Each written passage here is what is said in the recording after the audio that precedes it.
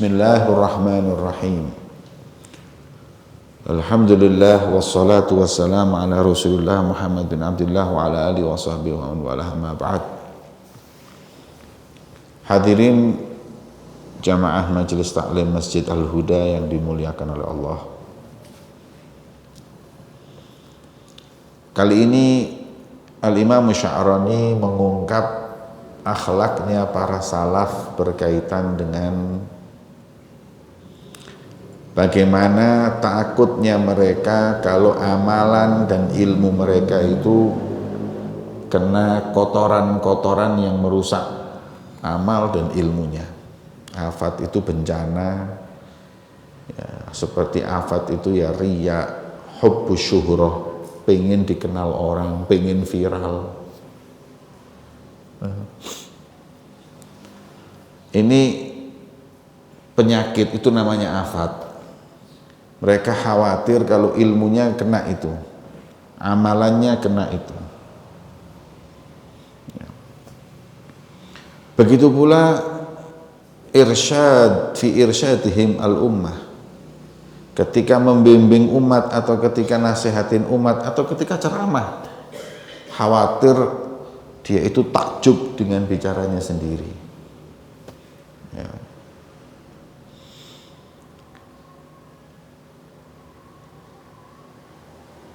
Ila ma fihi salahud dunya wal ukhra, kena kotoran ya, dari yang semestinya dia membimbing untuk kebaikan manusia dunia dan akhirat. Fala tadun ya akhi, jangan kau sangka wahai saudaraku bahwa mereka para salaf kita itu mereka yuhibbut taqaddum, senang untuk dimajukan, senang untuk dipopulerkan, senang untuk senang untuk dipuji, disanjung, enggak. Dalam segala perkara dari perkara duniawiyah ini. Bahkan di antara mereka yang alim pun kalau ditanya hukum halal haram nggak jawab. Mereka nggak suka berfatwa. Karena Nabi SAW beliau bersabda, orang yang berfatwa itu orang yang masuk antara dia dengan hamba Allah. Jadi menjadi penengah antara Allah dan hambanya. Jadi harus amanat. Jangan sampai kemasukan afat duniawi ataupun yang lain, akhirnya justru malah jadi petaka. Hadis yang lain Rasulullah mengatakan bahwa ajra'ukum fil futya ajra'ukum finnar, orang yang paling berani berfatwa itu orang yang paling berani masuk neraka. Makanya orang dulu sangat hati-hati urusan fatwa, nggak gampang ya. Kemudian beliau memberi contoh. Coba lihat ini salaf. Kan Abdurrahman bin Abi Layla. Abdurrahman bin Abi Layla ini tabi'in. Beliau mengalami 120 sahabat Nabi. Jumpa dengan 120 sahabat Nabi. Dan yang beliau lihat, maka minhum radhiyallahu ta'ala anhum muhaddits.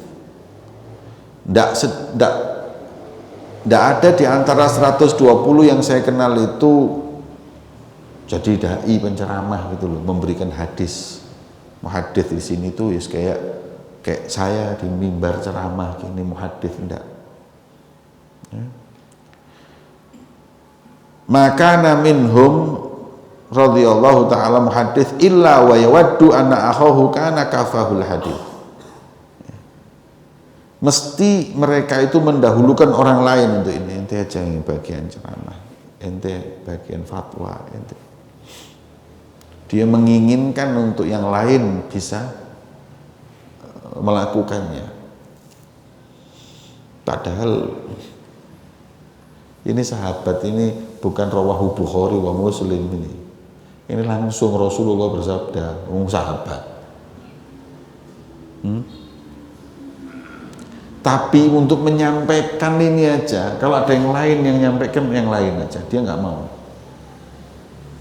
Makanya Rasulullah itu bersabda, akan datang kepadamu zaman sayati ala nasi zaman kathirun khutaba'u qalilun fuqaha'u, yang ngerti agama sedikit tapi yang pinter ceramah banyak.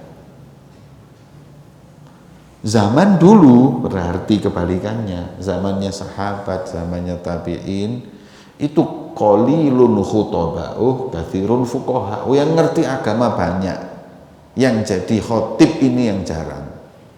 Kalau yang lain bisa, sudah kasihkan yang lain. Ya. Maka itu ya, wala mufti illa yawaddu anna akhahu kana kafahul futyah. Intinya mereka itu nggak mau nonjol, nggak mau popularitas. Itu kalau dalam bahasa sufi namanya khumul. Khumul itu apa? Sembunyi. Mungkin dari kata khumul itulah jadi kemul. Ya. Nek bengi kemulan. Kemul itu apa? Kemul itu mungkin diambil dari bahasa Arab. Khumul, sembunyi. Ini kan banyak bahasa Indonesia itu diambil dari bahasa Arab.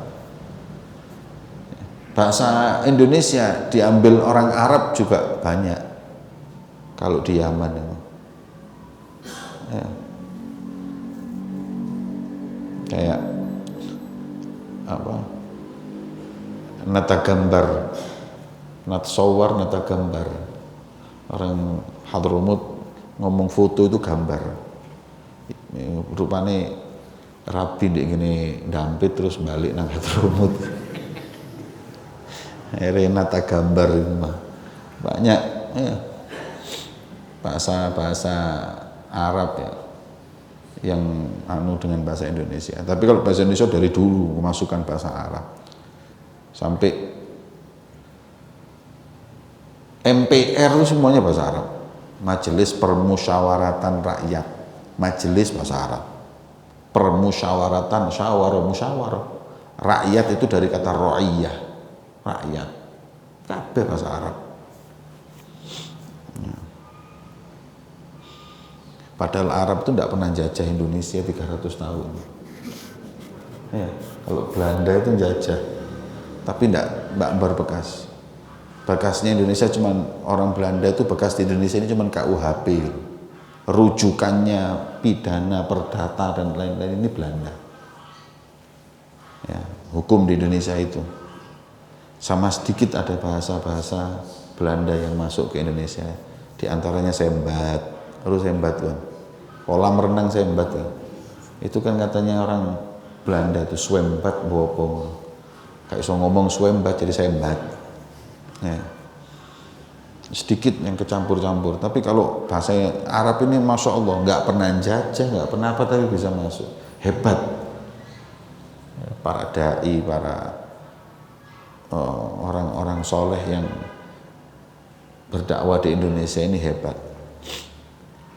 Kemudian wa kana Yazid bin Abi Habib rahimahullah taala, beliau berkata, inna min fitnatil alim fi dinih an yakunal kalam ahab ilaihi minas sukut wal istima'.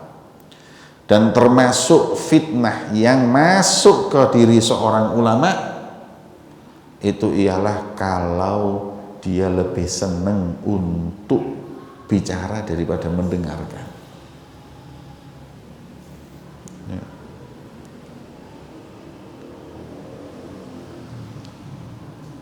Lebih baik bicara daripada diam atau mendengar. Kalam ahab ilahi minas sukut. Kalau orang dulu itu sukut afdal. Sekarang kita coba ngundang ulama, suruh duduk di sini untuk hadir aja, nggak usah ceramah. Kak teko mana? Kak dikei mimbar, mau. Kalau tidak dikasih mimbar nggak mau karena dia daripada di situ saya nggak ceramah, saya di tempat lain diminta untuk ceramah, itu mending. Cuman kalau daripada di rumah, kenapa ini? Ada satu orang pernah ngomong depan Habib Umar, saya ada itu, saya lihat sendiri. Ada satu orang ngomong, ya Habib, ana barusan nasihatin teman-teman ini untuk mereka begini-begini. Kata Habib Umar, ya, min alamah, ya, sidqi doa, tanda-tandanya orang dai yang benar-benar itu an yufaddila sukut wal istima' alal kalam. Lebih milih, lebih seneng untuk dengerin daripada ngomong. Ya, lebih seneng dengerin daripada ngomong. Ngomong ini karena memang tuntutan, suruh untuk ngasih mauidhah, ngasih nasihat ya. Tapi kalau hakikatnya dia lebih seneng diam, lebih seneng denger daripada ngomong. Makanya saya kenal satu ulama gitu, tidak pernah mau khutbah Jumat. Kalaupun khutbah Jumat jarang, mungkin sebulan sekali. Kenapa? Karena sisa waktunya dia pakai untuk mendengar, pengen dengar, tidak kepingin ngasih omongan, pengen dengar. Ini seperti itu akhlaknya para salaf. Wa qad qila lil Imam Malik, ada orang berkata kepada Imam Malik, inna fulanan kathirul ibadah, ini si fulan Masya Allah ibadahnya banyak, ahli ibadah. Faqala na'am, dijawab Imam Malik, iya alhamdulillah betul, tapi sayang, lakinnahu yatakallam kalam syahr fi jum'ah wa fi riwayah fi yawm, tapi sayangnya banyak ngomong. Maksudnya banyak ceramah-ceramah ini, omongan yang mestinya diomongkan 1 bulan. Coba kita ini 1 bulan berapa kalimat keluar, itu dikeluarkan sama dia 1 minggu, dalam riwayat 1 hari. Maksudnya kakek ngomong, omongannya dia ini sedino kayak wong saulan ngomong ya. Karena mereka itu lebih senang diem, tidak gampang memberi fatwa, memberi nasihat, kecuali memang dibutuhkan. Ya. Wa qad kana Sya'bi, al-Imam Sya'bi rahimahullah taala yaqul, beliau mengatakan, aku berupaya dengan segala upaya kepada Ibrahim Taimi untuk ngisi di majelis di masjid, menyampaikan nasihat kayak pengajian gini loh. Saya minta beliau ngisi pengajian ya.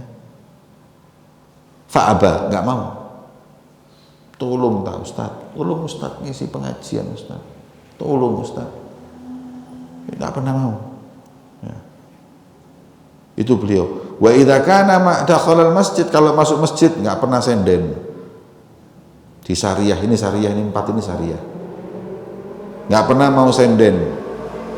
Atau ke jidar, nggak mau pernah nyenden. Karena beliau ini hadirin ya, kalau ada yang lain gitu loh ya, tidak seneng nanti kalau dia ceramah nyampaikan ilmu orang takjub ya, ini khawatir ya. Ada ulama itu hadirin, kalau buat pengajian, kalau jamaahnya banyak dibubarin. Takut nanti hujahnya lebih berat di hadapan Allah. Jadi kalau ngisi pengajian di Masjidil Haram, kalau sudah 10-15 masih diam. Kalau sudah sampai 30 dia agak bubar. Lah kita kan sekarang enggak. Ini kok gak nambah-nambah bubar. Majelisku kok 5 mulai pianis bubar. Mereka itu banyak bubar. Kita sekarang malah kadang-kadang membanggakan banyaknya orang yang hadir di majelis. Majelis saya itu yang hadir gak kurang dari 5.000 setiap minggu. Tidak ada hadirin salaf yang membanggakan banyaknya jamaah hadir di majelisnya, tidak ada. Ya. Nanti ada di sini bab tentang itu. Bahkan Sayyidina Umar itu kalau orang majelis ini zamannya Sayyidina Umar majelis saya ini sudah dibubarkan. Karena khawatir sayanya nanti ini lihat orang yang hadir banyak ujub. Ini aja dibubarkan umpamanya Ar-Ridwan. Diboikot langsungnya. Jadi seperti itu. Intinya mereka itu nggak seneng ilmu dan amalnya kecampur riya, kecampur penyakit. Nggak seneng mereka itu nonjol atau dikenal atau jadi orang yang dikenal, enggak. Makanya jangan pernah pengen dikenal, jangan pernah pengen viral, jangan pernah pengen disanjung orang, jangan pengen dapat follower yang banyak. Ini semua penyakit. Kalau followernya banyak, ya biarin aja, alhamdulillah. Kalau majelis yang hadir banyak, tapi kalau seneng itu penyakit. Ya, penyakit. Kalau dia pengen dibanyakin demi memberi manfaat yang banyak, enggak apa-apa. Tapi kalau akhirnya tumbuh fakhr, bangga, ujub, wis penyakit. Ya. Wa kana Az-Zuhri rahimahullah ta'ala ma'awufur ilmi. Al-Imam Zuhri dengan luas ilmu yang dia miliki, la yufti, tidak pernah mau mengeluarkan fatwa.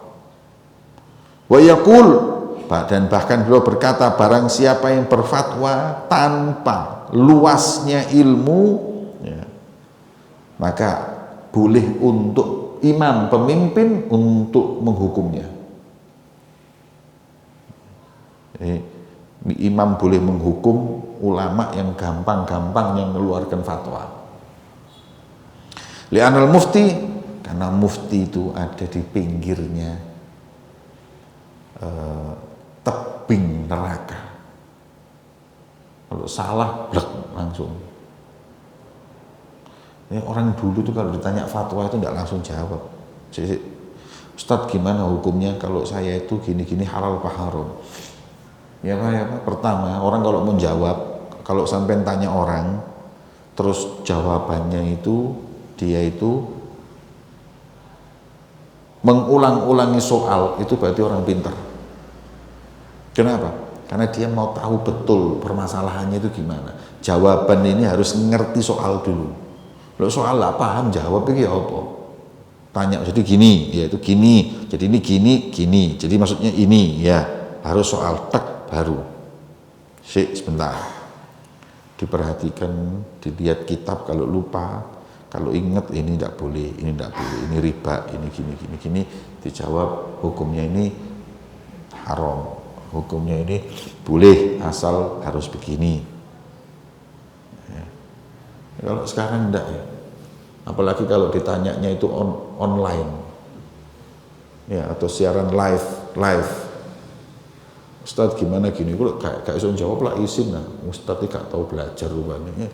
Terus jawabannya langsung halal, haram. Kayak ada satu artis bulan Ramadan jadi ustadz. Terus ada yang tanya, saya lihat di Masjidil Haram banyak orang-orang yang tarawih itu sambil megang Quran.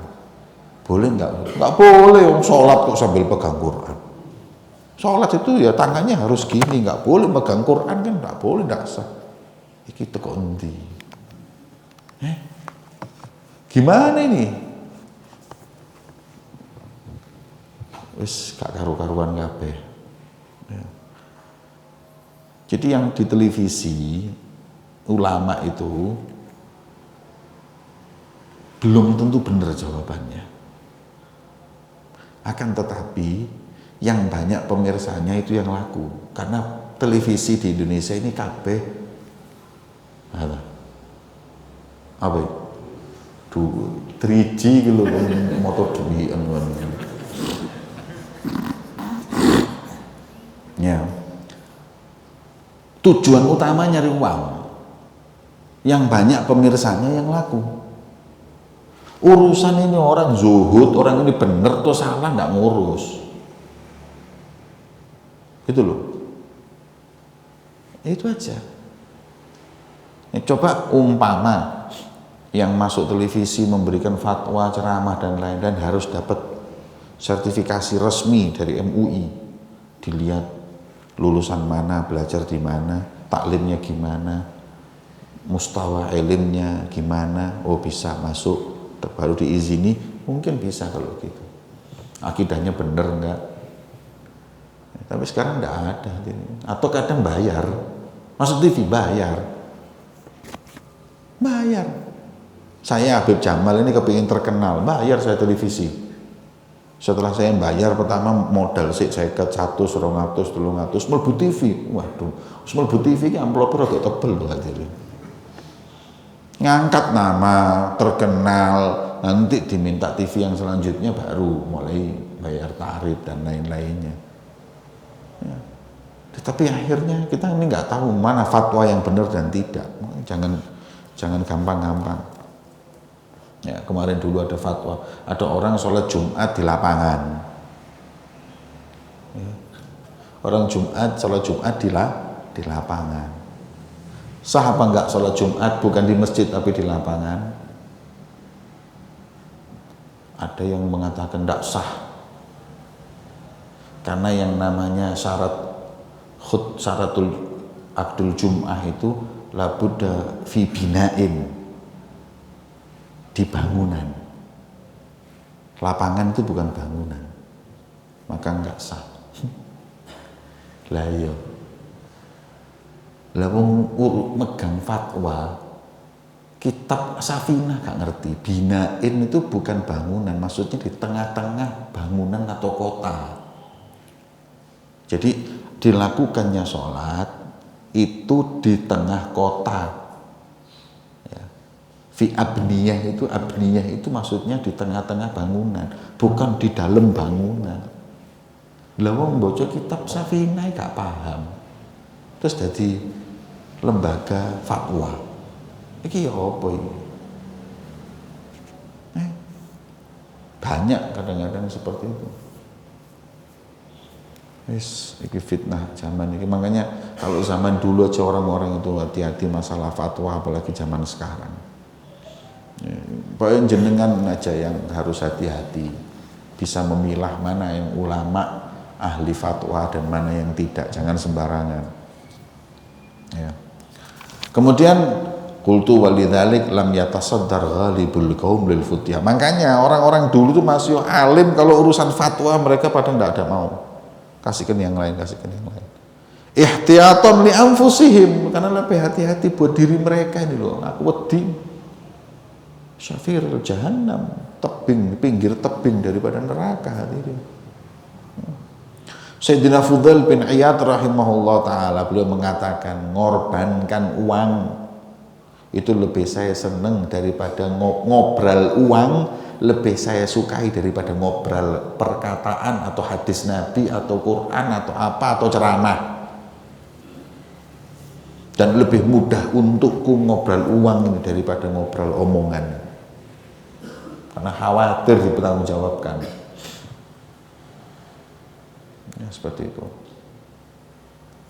Maka Al-Hasan Al-Basri rahimahullah ta'ala yaqul, sesungguhnya khafqan ni'al haular rijal qallama tathabbata ma'ahu qulubal humqa min amthalina.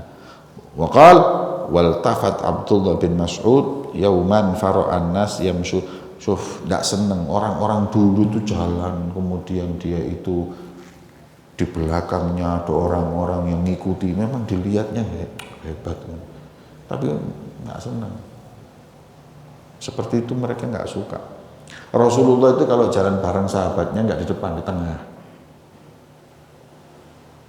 Ya, dulu saya pernah kalau Idul Fitri dan Adha itu dari pondok ke masjid takbiran. Dulu kalau saya itu di Darul Mustafa sholat Idul Adha Idul Fitri itu di Masjid Rasulullah atau di Masjid Aidit. Itu jalannya itu ke sana itu bareng sama Habib Umar. Nah, Habib Umar itu kalau jalan itu di tengah, jadi Kalau mungkin ada berapa baris gitu ya, mungkin 20 baris, 10 di depan, 10 belakang, Habib itu di tengah, ikut sama yang di tengah jalan. Dalam hati saya, mbok yo nek ngarep Habib, kita di belakangnya semua lah, apik, keren ngono lho. Ya. Coba oh. Tapi setelah baca kitab, enggak taunya Rasulullah seperti itu. Kalau jalan itu enggak terus di depan gitu, di tengah. Ya. Makanya disebutkan di sini, ya. Waktu Abdullah bin Mas'ud jalan, Abdullah bin Mas'ud ini ketika Rasulullah meninggal, beliau mengatakan tidaklah ada ayat Quran kecuali saya tahu turunnya di mana, tanggalnya atau musimnya apa, sebabnya apa saya tahu. Berarti kan ngerti Quran betul Abdullah bin Mas'ud. Pasti banyak yang datengin beliau, pasti banyak yang ingin mengikuti beliau. Ya. Kemudian ketika beliau jalan, orang-orang tuh belakangnya tuh jalan.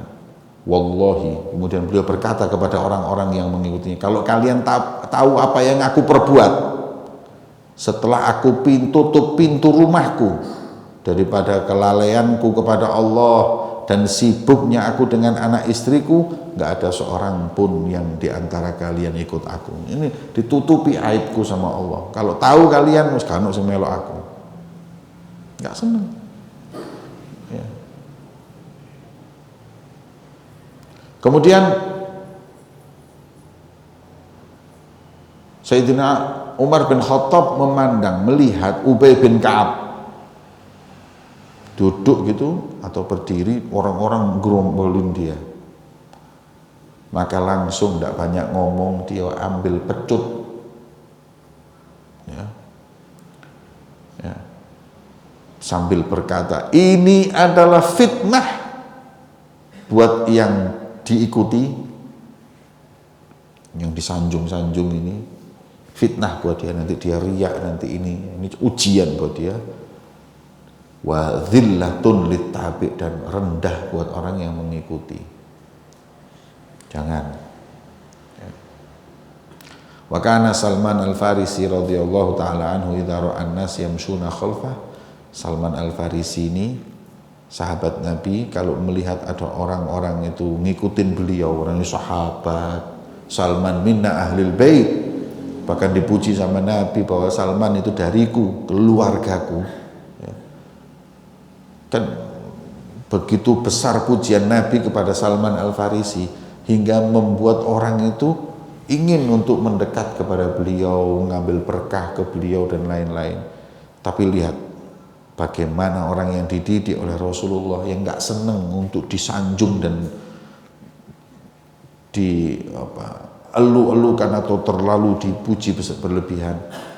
Maka beliau mengatakan, hadza khairun lakum wa syarrun li. Kau ikutin aku, kau sanjung aku, buat kamu baik, buat aku ini yang jelek. Ya. Fa in syi'tum farji'u. Kalau kalian mau, tolong pulang aja. Tinggalkan aku. Masya Allah, tawadhu, ya.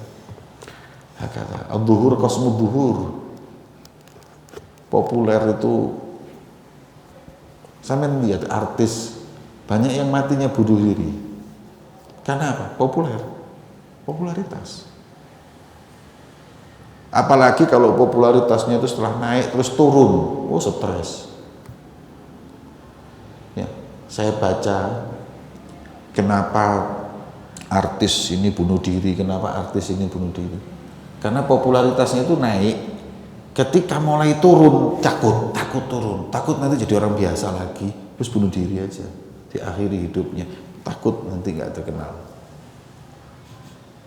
Saya dapat kabar dari orang yang bisa dipercaya, Ami Umar, Allah yarhamu, kata beliau, pejabat seperti tentara aja, jenderal itu bintang 1, kalau habis menjabat dihormati di semua, terus pensiun jadi orang biasa, banyak yang stres. Kalau dia itu nggak punya jiwa tawadhu, nggak punya jiwa nggak senang di syuhrah atau popularitas dan lain-lain, Ya. Banyak yang stres. Pejabat juga gitu, habis menjabat 10 tahun mau berubah break jadi rakyat biasa, gak dikawal mana, kan sing nyekelno sepatune mana, ben sepatu ini kudu ditotokno saiki didik-idik mbak arek. Terus gimana kalau sudah gitu? Stres. Makanya kalau dari awal nggak seneng itu enak. Masuk majelis orang pada berdiri. Wah, ini enak dilihat. Setan itu banyak masuk di hati orang yang seperti itu. Begitu masuk, mau ngadeg kabeh. Ini katanya Sayyidina Salman tadi, khairun lakum, buat kalian baik karena ta'adub bil ulama. Tapi buat yang orang-orang yang tadi berdiri karenanya, kiainya, habibnya, ustadznya ini syarrun lahu, kalau ada sombongnya ketika di situ gitu kan.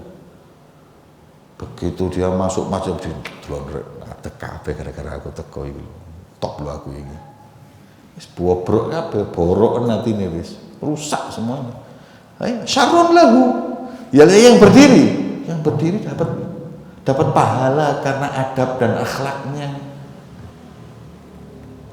Makanya Rasulullah SAW kalau beliau hadir orang tidak pada boleh berdiri, suruh duduk. Sampai yang nggak kuat itu Sayyidina Hasan bin Thabit.